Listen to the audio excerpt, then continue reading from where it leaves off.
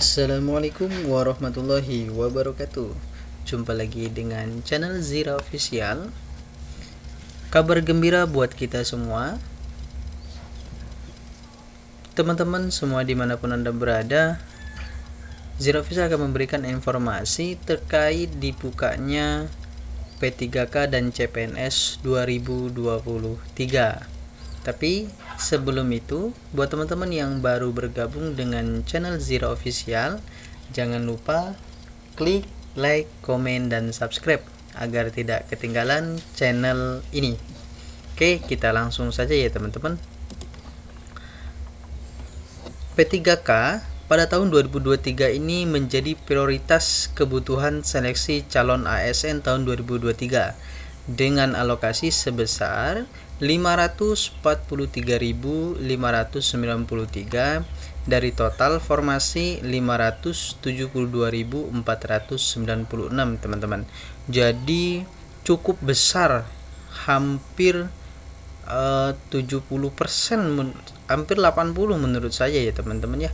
Hampir 80% itu untuk P3K yang ditetapkan melalui Panitia Seleksi Nasional atau Panselnas. Nah, sementara untuk CPNS itu dialokasikan hanya sebesar 28.903 formasi ya teman-teman ya. Nah, ini jadi total formasi yang ditetapkan oleh Panselnas itu 572.496. Nah, ini dibagi menjadi dua, yaitu formasi P3K dan formasi CPNS. Yang P3K ini sebesar 543.593 formasi di pemerintah pusat dan daerah. Kemudian formasi CPNS sebesar 28.903 formasi di pemerintah pusat dan daerah ya teman-teman ya. Tapi berdasarkan kebutuhan ASN yang terdiri dari PNS dan P3K untuk seleksi CASN tahun ini, menurut Kepala BKN Haryomo Dwi Putranto menyampaikan mekanisme pengadaan ASN 2023 ditetapkan sesuai dengan kebutuhan kelompok jabatan ASN. Jadi jabatan ASN itu ada dua, yaitu jabatan fungsional dan jabatan pelaksana teman-teman.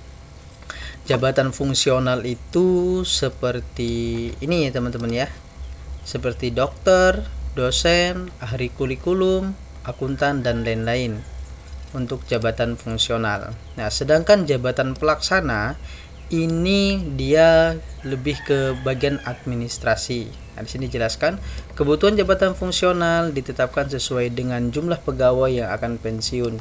Jadi dihitung jumlah pegawai seluruhnya yang ada di Indonesia ini, baik di pemerintahan pusat atau daerah, dan total keseluruhan jabatan pelaksana atau administrasi yang ada di pemerintah pusat dan daerah itu dihitung, kemudian terkumpullah sebanyak formasi ini 28.903 formasi ya teman-teman ya.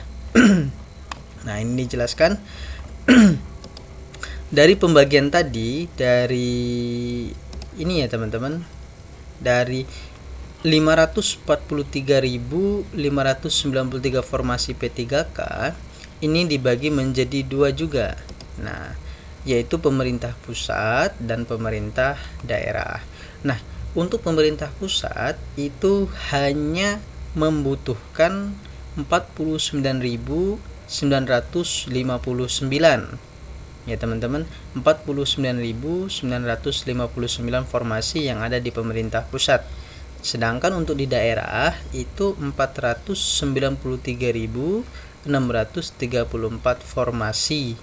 Nah, jadi cukup banyak kalau menurut saya formasi yang dibuka di daerah-daerah yang ada di tempat kita. Nah, tapi untuk rinciannya di daerah mana itu belum ada ya teman-teman, hanya baru total keseluruhannya saja. Nah, nanti untuk formasi di daerah mana, contoh kayak saya ini di daerah Lampung ya teman-teman, itu nanti kita bisa update-nya di SS casn.bkn.go.id. Nanti kita akses di situ ya teman-teman. Tapi di sini baru secara keseluruhannya saja. Oke, kita lanjut ya teman-teman. Nah, untuk P3K ini perlu teman-teman ketahui, didominasi P3K 2023 ini didominasi oleh tenaga pendidik dan tenaga kesehatan. Jadi guru dan tenaga kesehatan itu didominasi oleh dua ini ya teman-teman. Nah, tapi yang lain ada, cuma yang paling banyak itu formasinya di guru dan di tenaga kesehatan. Jadi berbahagialah teman-teman guru dan tenaga kesehatan, di tahun ini paling banyak formasinya dan didominasinya. Oke. Selanjutnya, sementara kebutuhan PNS dialokasikan untuk jabatan-jabatan fungsional atau keahlian lainnya sesuai kebutuhan instansi. Nah, ya benar, kalau untuk PNS itu sesuai dengan kebutuhan instansi gitu ya teman-teman ya. Makanya juga dari awal juga untuk PNS itu lebih sedikit, dia 28.903 formasi CPNS. Terus hal ini sejalan dengan target pemerintah yang memprioritaskan sektor kesehatan dan pendidikan. Jadi sebenarnya teman-teman, pemerintah itu memikirkan kita sebagai pendidik atau tenaga kesehatan, karena di sektor inilah peran penting, sangat penting ya. Jadi makanya pemerintah berusaha semaksimal mungkin dan berupaya supaya di sektor kesehatan dan pendidikan ini SDM-nya, kemudian kesejahteraannya itu diprioritaskan oleh pemerintah ya teman-teman ya. Kemudian terkait pengisian jabatan ASN pada kedua sektor ini, Panselnas melalui BKN juga sudah melaksanakan seleksi P3K guru dan tenaga kesehatan formasi tahun 2022 dengan rata-rata kelulusan, yakni persentase kelulusan P3K guru mencapai 78,5% dan persentase P3K kesehatan 78,6%. Oke. Jadi, sementara itu untuk teknis formasi tahun 2022, Kepala BK menyebut persentase kelulusan sebelum ada kebijakan reformulasi sebesar 44%, tetapi dengan adanya kebijakan reformulasi yang ditetapkan Kementerian Pan-RB melalui keputusan Menteri Pan-RB nomor 571 tahun 2023, BKN memperhitungkan persentase kelulusan P3K teknis bisa mencapai 69%.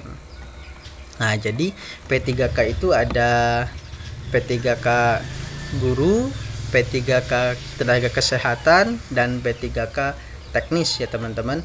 Cuma yang didominasi atau yang paling banyak formasinya itu ada di dua sektor, yaitu nih di P3K tenaga kesehatan ya teman-teman ya, dan di tenaga kependidikan.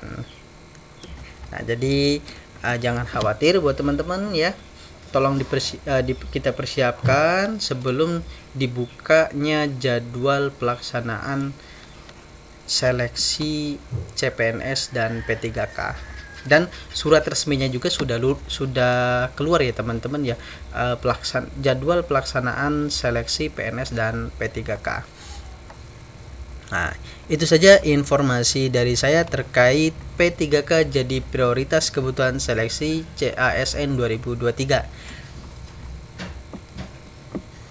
Kepada teman-teman sekali lagi yang baru bergabung, jangan lupa klik like, komen, dan subscribe agar tidak ketinggalan informasi dari channel Zero Official. Saya akhiri, wassalamualaikum warahmatullahi wabarakatuh.